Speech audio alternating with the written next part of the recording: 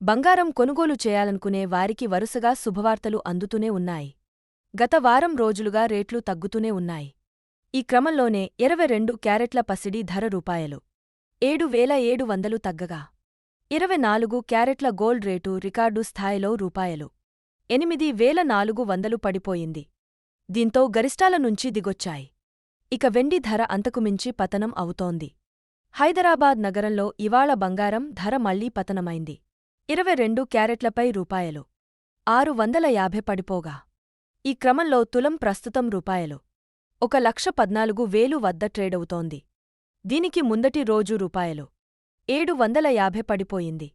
అంతకుముందు వరుసగా రూపాయలు 4,300, రూపాయలు 100 రూపాయలు, 150 రూపాయలు, 1,750 ఇలా తగ్గగా వారం వ్యవధిలోనే ఏకంగా రూపాయలు 7,700 దిగొచ్చింది.